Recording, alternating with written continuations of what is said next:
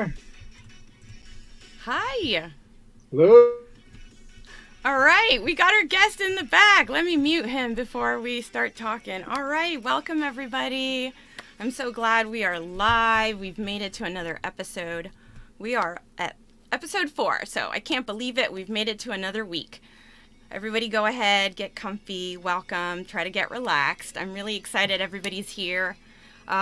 Let me know how everybody's doing in the comments. I'm really encouraged to hear how everybody's doing and how their week has gone. Hi, Michael. All right, we've got people joining us. So we're going to get going. I want everyone to let me know where they're checking in from.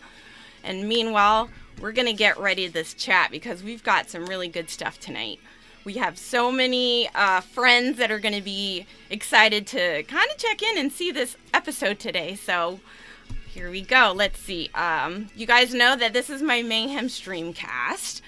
I'm DJ. I'm the host for this conversation. We're here every Monday night, so with a new guest that has a really powerful story. We want to share that to promote mental health awareness, disability, trauma, and other life experiences to break stereotypes and stigmas. I always like to add a trigger warning and use discretion because sometimes we talk about things that can be a little difficult and mature in nature. But I want everybody to get comfortable, get settled, get your drink, because tonight we're going to have a really great conversation, and it's going to be, we're going to have a surprise. We're going to have a surprise, so you guys are going to be, this is going to be great. So stay tuned. All right, so if you guys are new to my live stream, please go ahead, hit the like button, subscribe, share, wherever you're following, if you're on Twitch or on Facebook or YouTube. I really appreciate all the support, the follows, because we're really trying to just get a message out and have our guests have their message be known. So if you guys want to also connect with me, I'm on LinkedIn. You guys can find me there. DJ Durante, silverfoxtalks.com is my website. You guys can also check that out, and I really appreciate any support. So let's go ahead and get started. We have a full chat, and I'm going to get to the chat comments in a second, but I want to go ahead and bring our guest tonight, Mr. Darren Sprinkle. All right, here we go. How are we going to add him? There we go. Hey, DJ, thank you. What's up? So excited. Honored to be here. Thank you for coming. All right, so I'm going to go ahead and we're going to start with the chat, see who's here. And we're going to start with all the hellos. Everybody's been excited to chat with you and, catch our conversation tonight. So, KDJ. Whoa, everybody's in the house. The heavy hitters. Thank you, Michael. Yeah, Mary. What's up, Kenny? Mary. Yeah. Oh, all right. We got all our friends. G just saying. All right. You got a good show, nice. DJ. You got a good show. Thank you. I appreciate it. Everyone's great. We have so much support. I really appreciate everybody, with this mission, standing behind me and giving me all their wonderful encouragement. So it's always just a pleasure. And really, this is about you tonight. This is not even about me. So I think everyone's here for you. And I really can't wait to get to what we're going to get to. So, I'm going to leave this up to you and how we're going to kind of get through this. Everyone's saying hello to each other. This is really nice. I'm just excited to be here. We're going to have Enrique. Yeah, go ahead. Say hi. Sorry, my chair is so squeaky. Oh, I just got a new one, so I had the same exact problem. I was kind of worried about it, but it's okay. Everyone's checking in. Man, everyone's told you all the Twitch fam is in there. All right, this is nice. Who is there as a Twitcher? I've never asked anybody. That's Teresa. Oh my gosh, I didn't know that. Sorry, someone's in trouble. I think you guys are going to have... You can ask Travis how many dumb questions I've asked. I'm not afraid to ask dumb questions. Oh my gosh. No, that's all right. I like the background. Thank you, Enrique. I tried. Nick tried to help me, but I couldn't figure it out, so we're just going to roll with whatever we can do. Fill in that space. All right. So I don't know what kind of topics we're going to cover. I know we have lots to cover, but I really do want to get moving forward as we scroll through all these comments. I know people are just talking to each other and everyone's saying hi to each other. So All right, here we go. Do you want to go ahead and tell us a little bit about yourself and then go ahead and lead into whatever we're going to lead into tonight? Absolutely. I think first and foremost, the most powerful thing that everyone should notice tonight is I'm here because I found a post of yours. And when you were posting and you were in discomfort and you were working the bugs out and I saw you overcoming fear, I was looking for other people that were working with people with disabilities that could overcome fear. And I saw you doing that. And that struck a chord with me that I was holding back in ways in my life as well. And I'm very good at encouraging other people to do that. And I don't do it well myself. So I am truly honored to be here, and to be a part of what you're doing is so important. We have the same heart, I believe, for, to change the way people think and give people a chance to have their own life, have joy, have peace, Absolutely. Yeah. Stop the suffering, that sort of mindset that's it's just so hard to get out of, Yeah, just providing a little bit of comfort or a little assisting them find, alleviate, I guess is what I'm trying to say. Yeah, I have that Absolutely. heart. I definitely want to help people heal their pain. So That's why I'm here. That's my story, because I saw you do that. And so, and then I reached out to you and we had a Zoom, and I've been trying to do that, especially with COVID, is reaching across the nation, across the ocean, and having Zoom with a few people a week to challenge myself and to learn about other people and those sort of things. So thanks for taking a chance with me back then, right? Because who am I? Some dude in Seattle, right? And you're in Florida, and Yeah, but your message, it's really important. So I do have Absolutely. a little banner here for people to connect with you, because I think this is really, if people want to connect with you, they can check you out in your LinkedIn page. Absolutely. Hit me up on LinkedIn. I'm mostly active on LinkedIn, and I work on some other platforms on the back end, but I'm not a huge tech guy. I'm more of a strategy person. So yeah, but I do, that's where I spend most of my business time, is on LinkedIn. So yeah, find me there. All right. Awesome. I just want to make sure right off the get-go, they're like, all right. And you got that new hashtag, so hopefully we can talk a little bit about that here in a little bit. Super hyped about it. Ties right in with what you're doing, so it's really beautiful. Oh, good. I'm so excited. I know. When you posted that, I was like, oh, yay, congratulations. And I know you've got so much going on, so really providing a lot of support to a lot of businesses and individuals, so... And thank you to them. It's been a blessing to be a part of so many teams, to be asked and to be trusted with other people's businesses and to help them. So, yeah. Awesome. All right. You're going to do great things. I mean, you've already started, and now you're just really picking up speed. I think momentum it's getting quick, huh? It's gonna. Yeah. It's funny. Momentum is a tricky thing with me. I've worked and overworked my whole life. Actually, 2018 was the first time I took a vacation. My wife and I married. We were in the Marines together early, and we just worked and ran hard, and didn't ever take time for myself. And so I'm just now learning how important that is, Yeah. And give ourselves some space, Give ourselves some peace. Give ourselves some forgiveness, allow some forgiveness, right? Absolutely. I know that's something I've struggled quite a bit with, mistakes or guilt and shame. That's something that I know is something that a lot of people don't really realize how detrimental that can be and hinder people, the guilt and the shame. One of the most toxic. But let's keep moving. I want to know more. We have somebody here. So, All right. So Steve Wilson is really a brother of mine.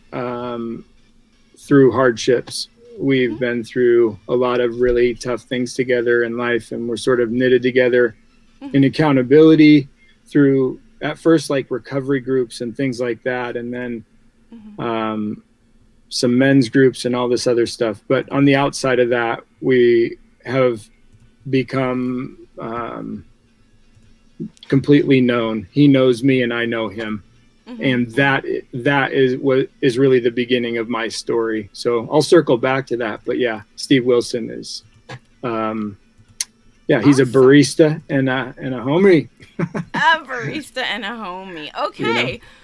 All right. So I just wanted to say I really appreciate that you get to invite Mr. Steven Wilson. I get to meet somebody and we get to share this experience together and really get to share your story and how all this ties together. So let's go ahead and bring in Mr. Steven Wilson. All right. Hey, guys. Hey, Steve. Thanks for having me on. This is nice. Welcome to the show. Yeah, this is great. Yeah, Darren reached out and he said, listen, part of my story, Steve is a big part of my story, and I feel like he would be important. And I said, absolutely. How could I say no? This is what it's all about. Creating connections and networking and sharing and being available for each other and other people and whoever's listening. So, I really want you guys to go ahead and share and what the message that you guys want to share. And have people in the comments. You guys have questions, please ask questions to these guys because they want questions, okay? Make it easy on me. You never know where it's going to go with us, so questions are good. Yeah, but I'm going to keep rolling through comments because everyone is checking in, and I know you guys got all kinds of stuff. So I don't know where you guys want to begin. Where does the story start? So let's go ahead. Let's start. Where does the story start? Why don't I first start by telling people what the Eject Project is, and then we can go backwards. Sure. Although it's new, we've just sort of been waiting and paused to release. This. It's a marketing campaign, but it's because we have a deep need to change what is going on in our environment, in our world, the suffering, the hatred, the self-doubt, the bad self-talk. What the Eject Project is, we help people like yourself, DJ. I mean, you're doing it yourself, but there are some people that need to have a podcast, that have resources, and they have a great idea, and they don't know how, or they're terrified. And what I bring to the table is business strategy from people's passions. So the Eject Project, we take people's passions and we help them generate an income from that, and then we walk away. It's not we're not trying to get our fingers in everyone's businesses long term and make a bunch of money. We want to see a bunch of businesses come up sort of from the bottom. I want to see the people that are artists, that are musicians, learn that if you sit in your gifting, that there are ways to make a living now in a different way that none of us are used to. I kind of feel like an old cat, in town, but in my unhealth in the past, it gave me the time to slow down and learn this game we're in, the internet stuff. So that's the Eject Project. We're trying to eject people from their situation that binds them. If you work at Amazon, first of all, I'm sorry. No, seriously. I'm in Seattle, so I can say that. All my neighbors. But you're working for someone else's passion, and it never gets any better. And there's always sort of keep going, and things will be better. And I lived that for a long time, and no one needs to do that. There's nothing on the other side. If you are a mess and have no money, if you have money and you're a mess at the end, what was all of that worth, right? And so we try to help people to live outside of even looking at the money. That's the worst thing that someone in their passion would do, is look at the money. Right, absolutely. That's not the first place to start. That's not really where it should start. Yeah, and the name Eject, It's funny. Steve is here because really, so everyone understands me. I am very good at strategy, and I like to have fun, but I have brain damage. I've been, I'm coming out of that a few years ago. I guess it's been a year and a half or a year. I've got my vision back in my left eye. I had migraines 24/7 for years, and so the result of that is I still stutter and I lose words. We were just talking, and in frustration, I stuttered the word eject. And my wife said, "Hey, that's what you guys are trying to do." And I was like, "Oh, wow." So out of something that was so frustrating for me, it was what everyone else needs. And so our first client was James Minarsich, a great friend of ours.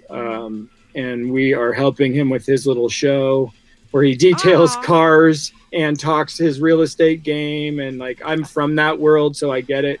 But I'm tired of it, and it's boring to talk about money. Wow. Awesome. I know. And that's one of your awesome clients you got so many clients, but that's just one of them. And I'm sure he's got an amazing story. I haven't even had a chance to really find out. Have him on the show. It's, yeah. But the people that we're bringing up, all have these stories, and we're just setting them free. It's crazy. It's an honor to be a part of all of it. It's amazing. That's awesome. That's it. That's what this show is supposed to inspire. That is to keep going. Let your story out, but keep going. It's okay. There's going to be people behind you supporting you. It's, don't let that shame and guilt and fear and anxiety and all that negative self-talk that, we pound into ourselves. When you look outside and your people are like, "No, you're fine. You've got this." Like you're beating yourself up for no reason. We beat ourselves up. So this project sounds amazing. The Eject Project. I can't wait. It's unbelievable to see people live outside of the prison they made for themselves, because it's always something that is manufactured. Fear is never something that's real. And right on the other side of that is what they want. And it's like, come on, just, some people I'm like, "I'm tired of you. Give me the keys to your LinkedIn account so I can just do this for you." And so we do. And we blow them up. And I'm like, "Just come over to my house. We can social distance if you're worried. Let me get some video for you, and bam, let's get you out of waking up in the morning. And your first thought is, fuck. Because I lived for years in that is either pain or anxiety, but every day was fuck. Here we go. Before I hit the floor, and so if I live in my gifting and my passions, when my feet hit the floor, it doesn't feel that way, even if my body hurts that day. Right. So. Yeah.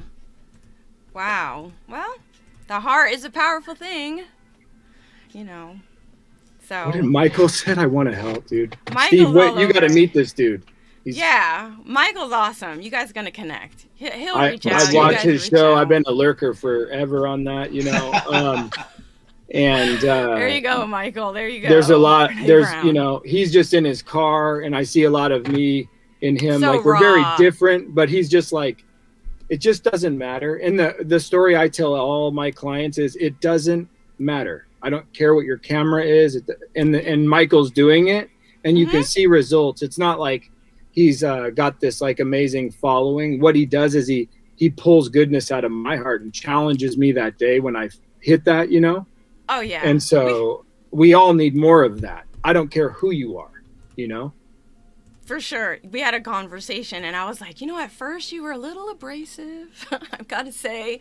But it's just because he's so raw and he's so candid, and that's okay. That's the way he sends his message across. And that message is powerful to a lot of people. A lot of people can connect with that. So, at first for me, it wasn't my initial, but then when I really listened and I really oh man, Michael, really, really special, really, really powerful work. He really is That's a really good point.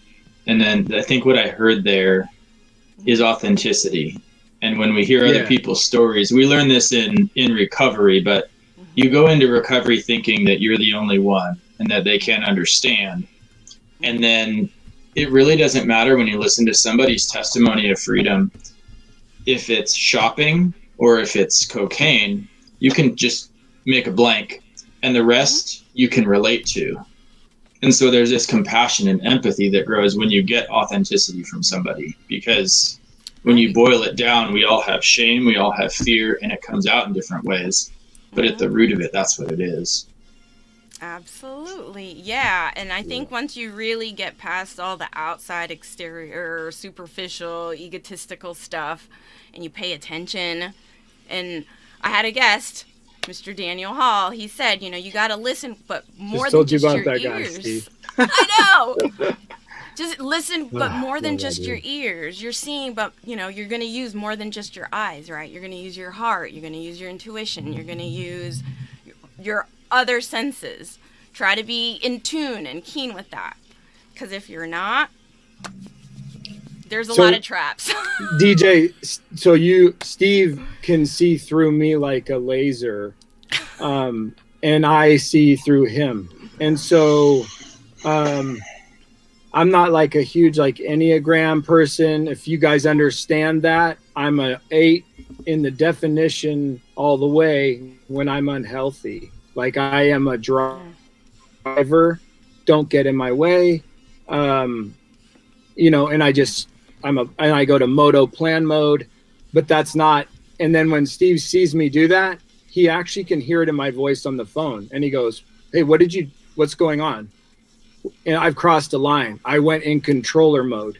And often when I do that, I hurt people and I hurt myself, and there's no reason. I've been in this mad dash at life probably since, I don't know, 14, 15, honestly.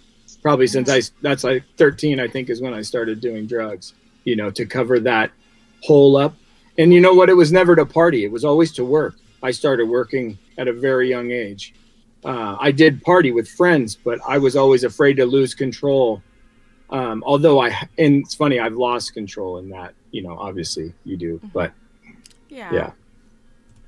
I don't, now I'm in recovery because I've had accidents and, I've been stuck into all that belief that in chronic pain, I have to bury it every moment with this pill. And then I believe that, live that. So not anymore. That's why my title says chronic pain survivor. No, I mean, I take some Tylenol, but I'm learning how to, process physical pain, past trauma, PTSD. I'm someone that has performed violence. I'm someone that has had violence performed on them.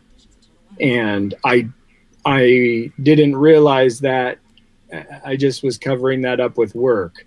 And the more work, I wore my body out and things broke. I mean, I'm a machine, and I looked at this thing, you learn it as a Marine. And I was only in the Marines, DJ, a short time. I'm a disabled vet, basically, which is, I'm like, I just blew my foot out, man, and that was a dream of mine. But what happened was it solidified this, if you just drive, if you just keep going hard, then you can rest. And then I'm like, nah, man. And so Steve goes, "Hey, dude, stop it. Turn your phone off and rest." Right. Does rest ever really come? You're being an asshole. You're a bad dad when you act that way. Stop it. I love it. Mm-hmm. That's funny. My guy. Exactly. Yeah. So, did you want to go back and kind of talk about how that started, Darren? What you just were describing? Because you're describing learning about yourself and stopping. And that's kind of where this journey for you and I started, was kind of the bottom there. And I think that gives so much context to what you're talking about, is to where you were at the bottom there. Because there was no other, I mean, you talk about mayhem, like you could put a picture of where we were in the dictionary next to it. It was so desperate. And yeah. So the last place, I brought Steve in to work for me as a project manager, or whatever our roles names were. It was a joke. The company was a joke. There was no leadership, no training. Don't worry, I took him off my LinkedIn, so nobody's feelings will get hurt. I was there because I was unhealthy and I lost my self-esteem, and I went to work for someone at a cut rate even, right? It was like maddening. And then this guy had no business. He was a startup, and I'm a mess. At this point, I'm in migraine 14 to 16 hours a day. So I was getting very little brief moments where I could function. Other than that, I would like drive to a job, pull over, vomit, try to nap or something. I had these goggles, we call them my driving goggles, and they're black ski goggles. Steve gave me that are just duct taped, and I'd put those on because I was so photophobic. I couldn't handle the light at all. So I would get as far as I could, pull over, try to get back, and just rally to the next point, you know. And so I start doing that. And then I create so much business need, and I go, okay, now I need a team. You don't have business, I'll create business. That happened, you know. And then I bring in Steve and we make a team. And as this goes, I'm getting progressively worse. And the jobs we were taking on were other people's problems. Like, so I do construction, super high end design build, you know, 10 to 20 million dollar type custom stuff. I can't imagine. Not physical, but also like stressful, like high end, extremely high stressful expectations. Yeah. And I didn't realize that took a toll on me, right? Everywhere I look, I have this laser vision for problems, and I'm like killing my brain just all the time. Anyway, so Steve comes in working for me, and then and then another guy, a friend of ours, and we're just struggling to push through. We're working in the dark. Look, I'm getting my blueprints printed on pink paper, and we're barely under any light because I could barely see. You know, some days these guys had to drive me home or whatever. And all of this I'm trying to do, you know, I'm sober, like I'm not on drugs or anything, but I'm completely dying every day a little more inside, you know. And I'm there just to get money so that I can get to the next week, to get to the next, and like along the way, sometimes I forgot, like, oh, actually money's out there. You don't have to turn in your soul for it. And I turned in my soul for it.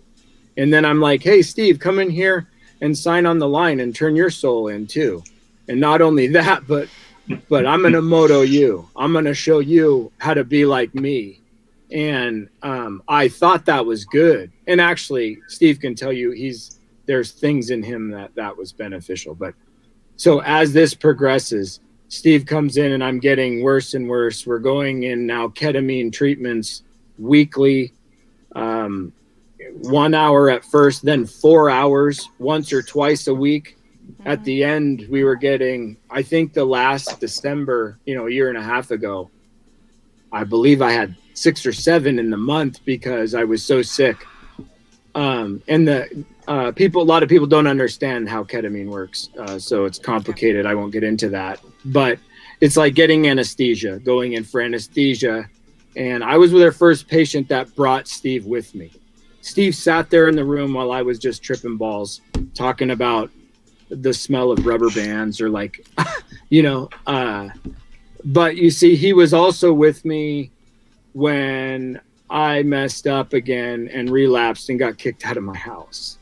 And so here we are again. And like, for some reason, brotherhood, we can't get apart, because if I go alone, I hurt myself and I hurt other people. And if I'm accountable for my actions, including the words I choose, then I do better and people don't get hurt by me. And so Steve is much a parachute for me like that. As is my lovely bride. She definitely is like, chill out, you know. I think like all the episodes we always talk about support and your support system, how it's critical, key, like that support system. We have a question. Did you see the question in the chat? Ghost Peppery asks. All right, how it started. How did chronic pain start? So it's funny. I had a major, and that's not funny. I had a major accident in 2005. We had maybe quadrupled our business very quickly, and it got out of hand, and we had leveraged with financing. And then all of a sudden, I have my friend at my house, and he's Zach, my high school friend, and he had MS, and he's in a wheelchair. So I'm in the house, and I was loading some tools up for something. I think I was working on his mom's house. I walk out in the garage, my shop, and I trip, fall down a short flight of stairs head first, ruptured and tore 8 discs from my neck down, which from there, I picked myself up off the floor. I don't really remember this. I, have amnesia. But I split my left eye. So I couldn't see, and I just, blood everywhere. And I'm like, okay, Zach, I got to get you in the car. And I just like load my buddy in the car. And he's like, dude, what is your, and so then we go driving and we get to urgent care. And by that time I passed out. Okay. Fast forward a year or so of being in bed in a walker, trying to get, just moving again, then to a couple canes. At this time in life, I wasn't friends with Steve. I was very lonely, very isolated. And that's when that's when I was taught and solidified the idea that if you are in really bad pain, that you shouldn't be ever. And so then you start taking these longer acting pills. And then if you ever feel bad, just take another one. And then, and then someone said, if you chew those, they act way faster. And then from there was my first overdose. Wow. And then that happened again later on. And I was emotionally empty, I wouldn't say at that moment I was suicidal, but I never thought I would live again. Okay. And so I've had that happen. Then another time again. And then I got better, went to work for other people. And then, what happened? Oh, then I had a seizure, and did a kind of half a backflip, at our men's group, and, lost my heartbeat, wasn't breathing. And, ever since then, my brain's been a little funky. But I've had a lot of concussions since a kid, definitely scrapped it out a little bit. I was a punk rock skater kid from a mixed race family, and I didn't understand racism, and I'm hanging out downtown, and we'd be getting attacked by certain people, I don't want to say their name to give them any props. You know what I mean? Certain groups of people that hate people. And I wasn't about that. And I would see people get beat, and I would get involved. And a lot of times I would, I would be in the wrong place at the wrong time. And so, I'm losing track. Anyway. Oh, no. More head injuries I guess was my point. And then, no, it's fine. And then the migraine started a few years ago, 3-4 years ago. Enrique. There you go. That's for you. And when he says 3-4, he probably means 6 or 7. Yeah, right. So he's funny. Because of my brain, I have a very hard time with time and calendar. And so we call it calendar math. It's a joke around here. I get November and February mixed up all the time, And so it's really funny. Well, it's funny. I try to celebrate it so that other people can watch me be effective and broken at the same time. You don't have to have it all together. That's total bullshit. I believe that there is no such thing. There is no way to make your parents proud. Don't do that, right? And Enrique's like, what did you do? I tried to do that. So the ketamine, fast forward, I'm like trying to get myself better. Yeah, I definitely use medical cannabis. Certainly, like today's my day off. Like I really rested, and so today I'll use like RSO oil, if people know what that is. I am in recovery, and so I try to be accountable with my usage. You know, I do that. Vape type, whatever it's called. And but I don't hide it, right? That's the problem I always had, was the sneaking. And so it's like, hey, this is what's, and people understand why I'm using it. And so if I'm using it to go do more, then it's wrong. Yes. If I'm doing it because my body is hurting and I need to rest, I use the CBD RSO oil, and that has THC in it. I'm not trying to say I use only CBDs. I want to be clear about that. A lot of people do that. So I use the both for pain relief and for inflammation and for anxiety, all the same. And so when I get too wound up, Enrique, your question, we were introduced to Nicole Sachs, the cureforchronicpain.com website. And we've actually met and went out to a conference and learned a lot about what she does. And that's really the work that I learned that set the motion for me to get better. And what that included was journaling, meditation, like immediately after journaling. So for people, like, what's my daily? Like, if you have anxiety, just do this, and it's not the magic bullet, but at minimum it calms my central nervous system down.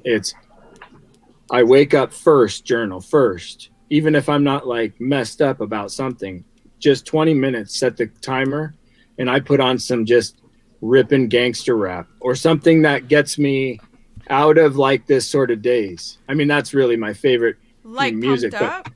Yeah, like that's energized. For me. Just you gotta talk about music too. That's when that stuff comes out of Darren. Pumped up. Yeah, that's like old Darren. Music.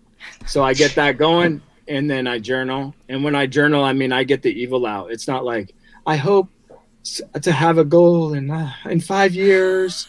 You can hold me accountable. I mean, like, the things I write are like, I doubt that I can do this again. I fear that I'm going to be alone again. Like, I'm crying because it's such a deep thing. Like, that's what I journaled today. And so, but immediately after that, right, you get wound. And then what she does is tell you to journal or meditate for 10 minutes. And as I've done that, I actually do more than that if I can.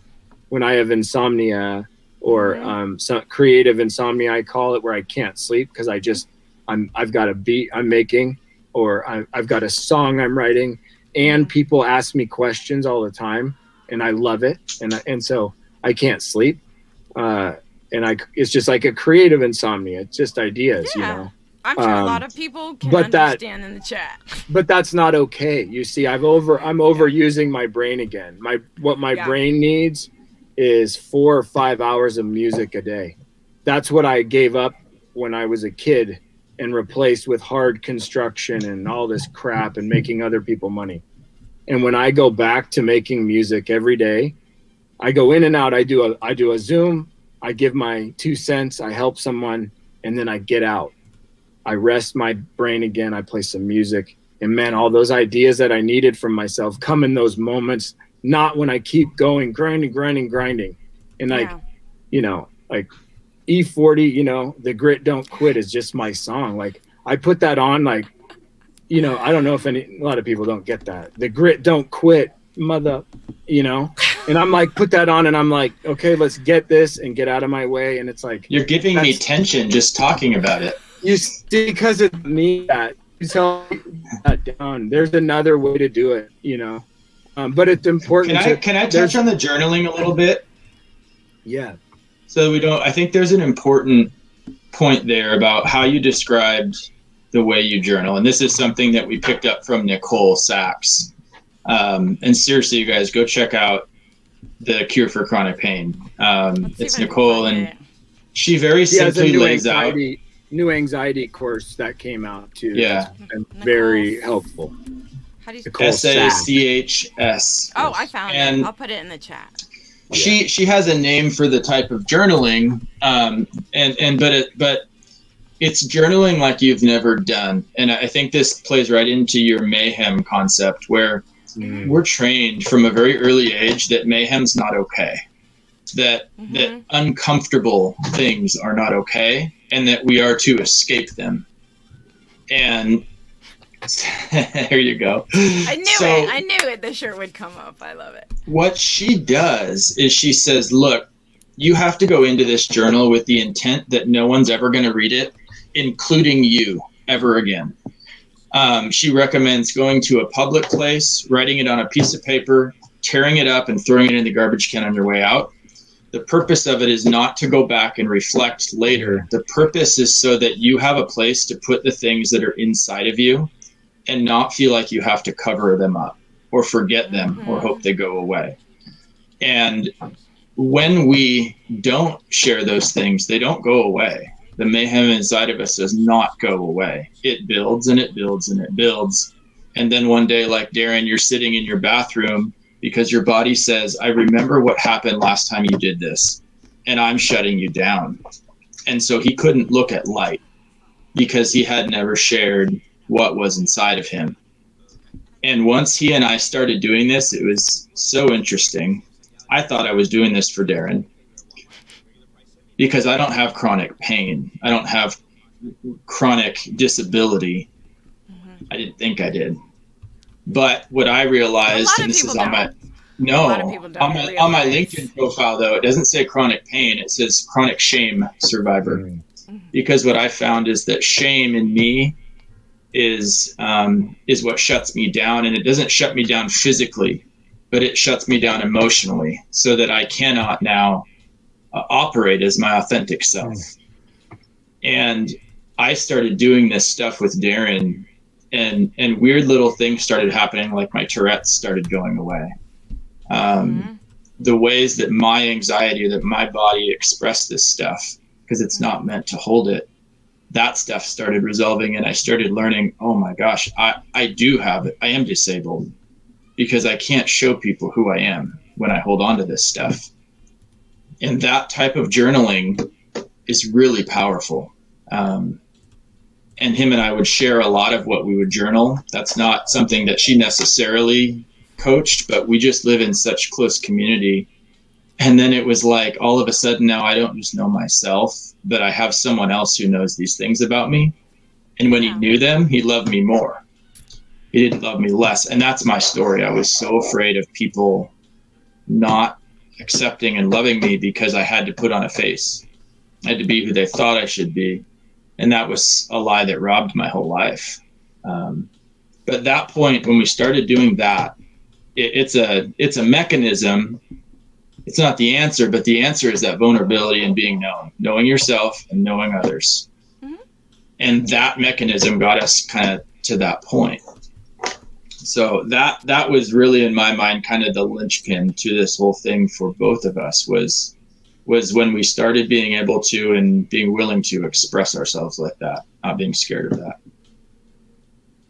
I want to tell you what got me was, and I'm not here to like blow up Nicole Sachs, but what happened was I'm on Reddit hours and hours a day in the dark.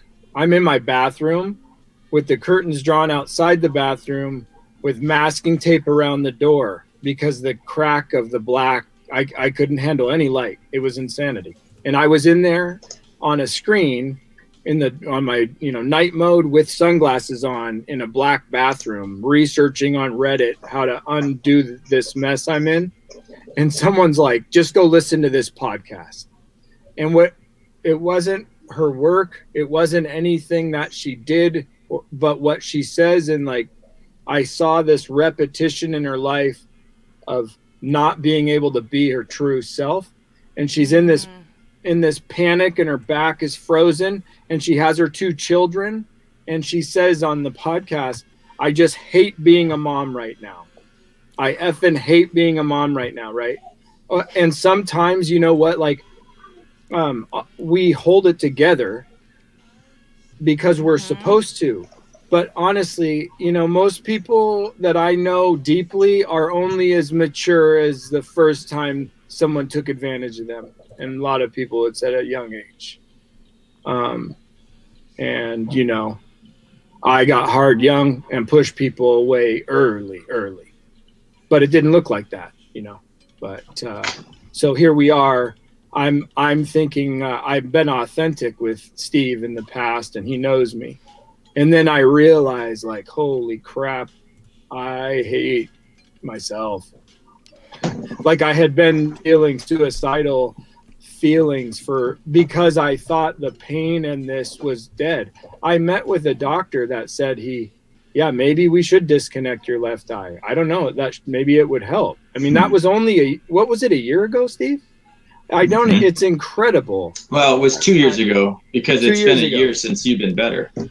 I don't think you guys even know, like, there's a lot of people when they see this won't recognize me because they haven't seen me without goggles on in 3 to 4 years, especially because of COVID or a full-time eye patch. And that's the eye patch. That's why I throw that up there on Discord, because that's where I was last January. Here we are today. And DJ, it was so fitting because you had a picture of him in the little ad for the podcast with his sunglasses on. I almost started crying when I saw that because I hate seeing him with sunglasses on, because that was all that I never got to see his eyes. Nobody did. Even inside, even in the dark, he was wearing sunglasses. That's the broken one. So it was really fitting that you had that on there. But it was actually emotional to see that because he was in the snow as well, which was the point in which we celebrated the most. One of the most emotional things was it snowed. It was last year, 2 years ago. That's a long time. 2 winters ago. And it snowed. And the thought of snow before that would send him into an anxiety that would put him down. And he went out with no glasses and no patch. Yes. Because of the reflection. Even the thought of being that bright. Yeah. Mm-hmm. And the picture you had on there for weeks, was in the snow, but that time when it snowed, he went out with his family and with no glasses and no patch, and he played in the snow. And I mean, it's I can't think of a more joyous moment than seeing that picture. I still have to make a canvas of it for Darren. I've been wanting to do that. But man, that was just such a fitting picture you put on there, DJ, because it totally encompassed his whole story and you didn't even know it. Steve called me pissed. Why are you on sunglasses? What's that about? And I go, dude, she just scooped that off my thing, man. Yeah, I just. But here we are. We get to talk about it because that caused him stress, right? Because he's like, I every day, for people that follow me or watch my not Instagram, whatever this is, LinkedIn stuff, or on YouTube that we're going to start coming out with, a lot of times I just take video of the sky and moss because I could not see blue or green for years. Years. You see behind me this blanket. This is, represents my native heritage. This is made by a local artist, and my wife gave me this. We're native, and it's color. I missed all of that, and so when you guys see that on my story or whatever, or you see a dog in the feed, it's because I pulled my car over, and I stopped what I was doing, and I got out to some stranger and was like, "What's your dog's name? I don't care what yours is. What's your dog's name? Can I take a picture?"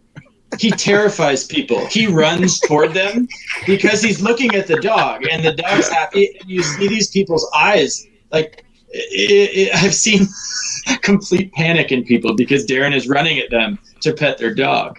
It's amazing.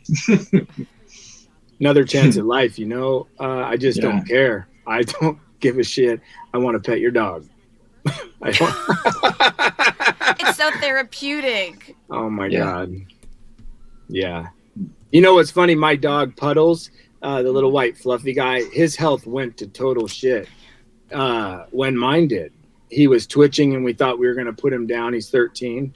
And as my health got better, he got fully better in 30 days.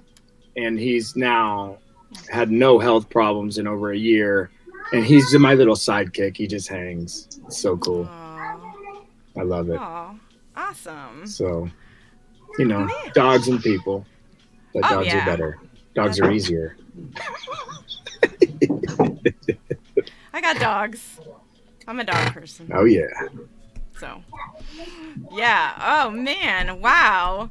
We're already almost 50 minutes into this. You guys just crap. shared so much. No, it's good. It's good. I don't know what else you guys want to keep. Oh, that's my, what else you guys want to share? Any, as we start closing up in the next couple minutes, like next 10 minutes, and if there's anything that we haven't touched on that you wanted to discuss or share. Steve? I mean, I don't know. To me, everyone always wants to know how. They're like, how'd you get better? What did you do? What are the things, and what are the steps? And I mean, our culture is that. It's like, I got better, I'm going to write the book, and here's the things that you need to do, and do it. But one of the biggest things that we've learned, and I think that's really sunk in for me in the last couple of years, is that we're all created so different. And for me to think that what I have done is anything but my story, that someone else can draw hope from, is completely obtuse and ignorant and hurtful sometimes. Because if Darren and I, for example, Darren's healthy is to feel lazy. If he's trying to be lazy, he's probably still doing a little bit too much. I'm the opposite end of the spectrum. I tend to run to laziness and I escape. So if I feel like I'm overworking, I'm probably barely doing enough. And understanding that about each other has been so good, because like he said, unknowingly, he drugged me along a little bit. I needed that. But he oftentimes now, because it's so good for him to be like, I just need a break, he'll say things to me like, dude, go take a break. And I'll push. And I'm like, remember, I'm not you. I do play guitar. In fact, I play too much and I don't get done what I need to. So understanding that we have stories so that we can connect in empathy and compassion, and not so that we can give instructions to people, is one of the most profound things that we've learned. And it makes it so that you can connect with anybody and feel like you can give hope. You don't have to have the 12 steps to do it. And that's a plug for my recovery group, by the way. It's all about it. But send out the resources. Send out, give them information and let them know that it's out there. It's available. One thing that came up today also was that although the 12 steps and the groups work for people, everyone out there should know that doesn't work for everyone. And like I used to, after coming through treatment, and they like tell you have to do this way. And then when people would bounce out of it and say, I can't do this anymore, I'm like, there they go. They're dead to me. Like they're going to die. They're going out on the streets again, because that's where I would go. But they're totally a different person. And I went around trying to save all these people and sponsoring people like an asshole, and like pushing them to do more. And like, actually, some people need to rest. A lot of people, man, in recovery just need to be okay with today. Just get through today and chill and find out what makes you happy today. If it's a McDonald's milkshake or some weird thing you're into, yo-yos, then go buy a yo-yo, because that happens to me. I'll go buy a new harmonica, We call it finding your frivolous joy. Yeah. And there's nothing attached to it but joy. Because if it's in our culture, it's always got to be monetized. There's always a reason. There's always a purpose. It's got to better you and forward you and build your profile and your followers. But if it doesn't start as just for you, it's not going to last. And then there's that attached to it. There's a purpose to it. higher than just the joy that it was for. And that's important. And all this stuff is just tools. I mean, it's like 12-step, great. That didn't save me. That's a tool. Journaling, that's not it. All this stuff, but I think through all of that, and maybe someone can challenge me, I've yet to see this, is for someone to get healthy without being known. Known in themselves and known by others deeply. And that could be one person. But if you try to do it alone, and you try to do it without knowing yourself, then it'll all just be a pill to cover it up. The problem is not there. Right. And so to know yourself releases this weight. And for us, that's guitar, frivolous joy. It's just for us. It's for my daughters, and it's for playing for friends. There's no monetized to it. I love that guitar, by the way. Oh, that's so nice. We're going to have to fix our setup here and put him in the middle. Let's see. Mine is empty, Darren. I don't have mine in the room, dang it. Can't even know if you can hear it. Oh, yeah.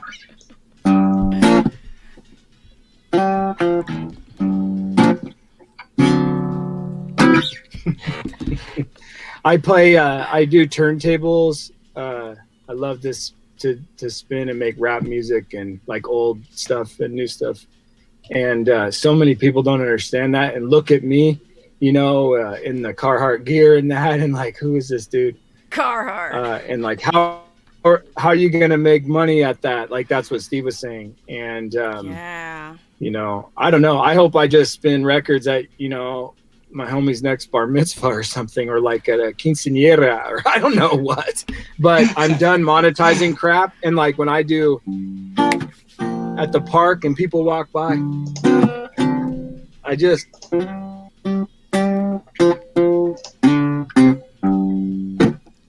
sick of the grind, you don't have to do it that way. Do you remember what was in our first meeting, what our first tagline was? Contentment in the grind. No. Contentment in the grind. Contentment is very powerful. That's what we all are chasing, man. Because it removes you from it. Yeah. Yeah. DJ, do we take over your show? No, go for it. I don't. I'm here. I'm cool. When did we go till, DJ?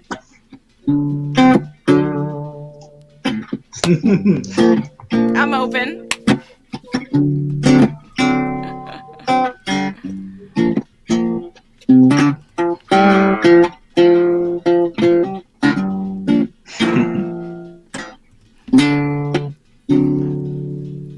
I don't even have a pick.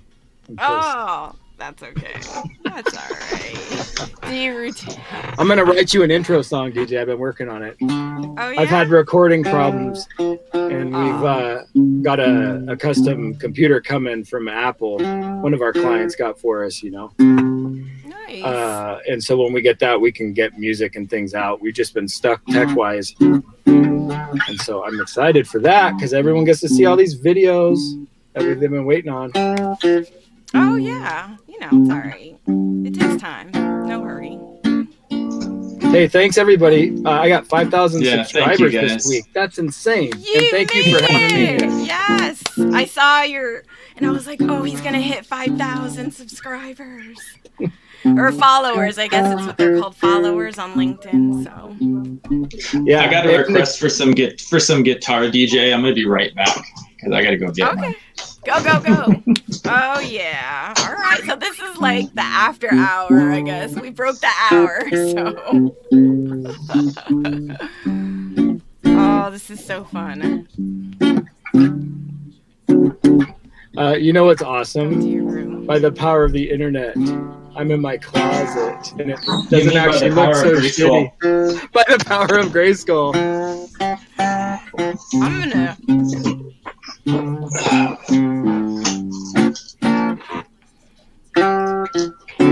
I want my harmonica. Anybody can see this is my pick case. They're encouragements.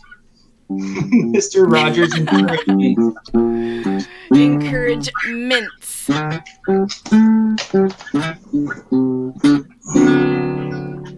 set. Musicians. Oh no. What's he got? I can't see it. I can't follow you. And we have latency. DJ, are we supposed to stop? Just turn us off. We'll keep playing all night. Keep going, yeah. I can't hear you and play. So this is a perfect example, you guys, of how if we try to teach each other in the same ways that it worked for us, it's actually unloving. Darren plays guitar based on how he remembers the spacing and the patterns and stuff. He doesn't know the keys. I can't do that. I have to know what all the chords are called and all of the letters, and that's how I play. And so when him and I were trying to teach each other how to play guitar and learn, it was so frustrating until we realized that we didn't have to learn the same way. Yep. And that's such a simple little thing. But man, it even transfers over into what we were talking about, how we operate in life. And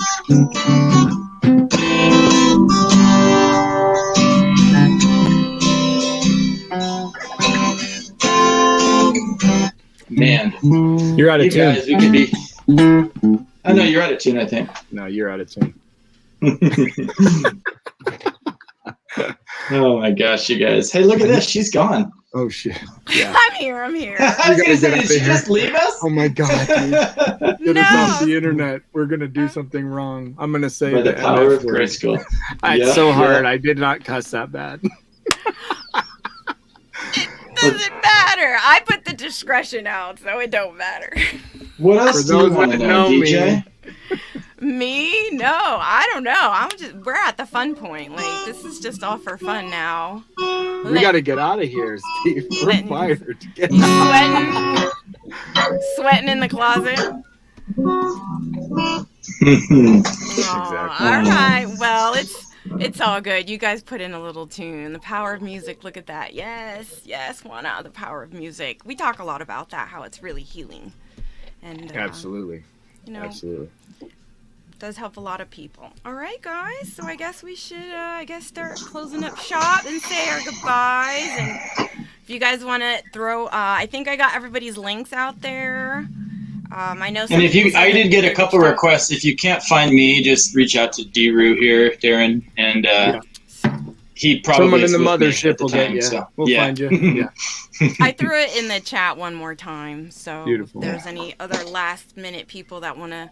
Haven't connected with you yet, they can.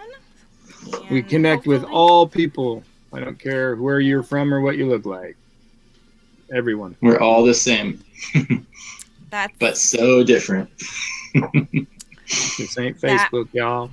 Fantastic yeah, right. Human beings. Yes. All right, guys. Thank you so much for coming on the show. I think today was so special. You guys really brought something magical with the music. And Steven, thank you for joining and coming along with Darren. You really brought Thanks for allowing this mayhem. Hey, that's what this is all about. That's what this was all about. So I couldn't plan this out any better. I think it worked out just the way it should have. Just the way it was supposed to. So I can't be any more grateful and appreciative for you guys being here and hanging out, and everyone in the chat. We gotta say, everyone that's showing their love and showing their appreciation and sharing their own stories. You guys saw everybody in the chat, sharing a little piece of them and their stories. So it was just really fantastic overall. I think everyone really enjoyed it and the conversation, and we kind of went all over in different directions, but there was absolutely nothing wrong with that. It went exactly where it was supposed to go. And I just think this is a great place to end. So, thank you so much, guys. Thank you. I appreciate it. All right. Thanks for doing what you do. Keep it doing. Keep it going. Thank you for the support. Thank you guys for the support. Yeah. All right. So I guess I'm going to throw you guys to the back. If you guys want to log off, you are more than welcome to. But you guys have a fantastic night. Thank you so much. Thank you. See you guys. Okay, we've made it to the end of the show. Wow, I cannot believe it. That went really fast, and just the time flew by. We were just having too much fun. Really great show. I really appreciate everybody being here, us bringing awareness, having these important conversations for the greater good. We want to create more opportunities, have these conversations to promote healing and change. So we want to highlight often the silenced voices that we have all around us. We want to bring life to them and share this mission to be a better society. So thank you so much to our guests today and our surprise guest. And I hope you guys tune in next week. So next week we're going to have a really special guest. This is someone that's really important to me, near and dear to my heart, someone that I reached out to when I was first coming into my own comfort and confidence, and I was still just a ball of anxiety and nerves. So it's going to be really great, and next week's going to be just as fun. And we're going to have Raquel Boras. Yes, we are going to have the queen of goofiness herself here, personal brand strategist. Fantastic. She has that new YouTube channel. You guys should be following her if you haven't followed her yet. She's interviewing kids, and she's also a mental health advocate. So she's going to be sharing her story next week. We're going to be celebrating friendship and fun. So don't miss next week, guys. And I appreciate everyone for being here. And you guys all have a really great night. Thank you.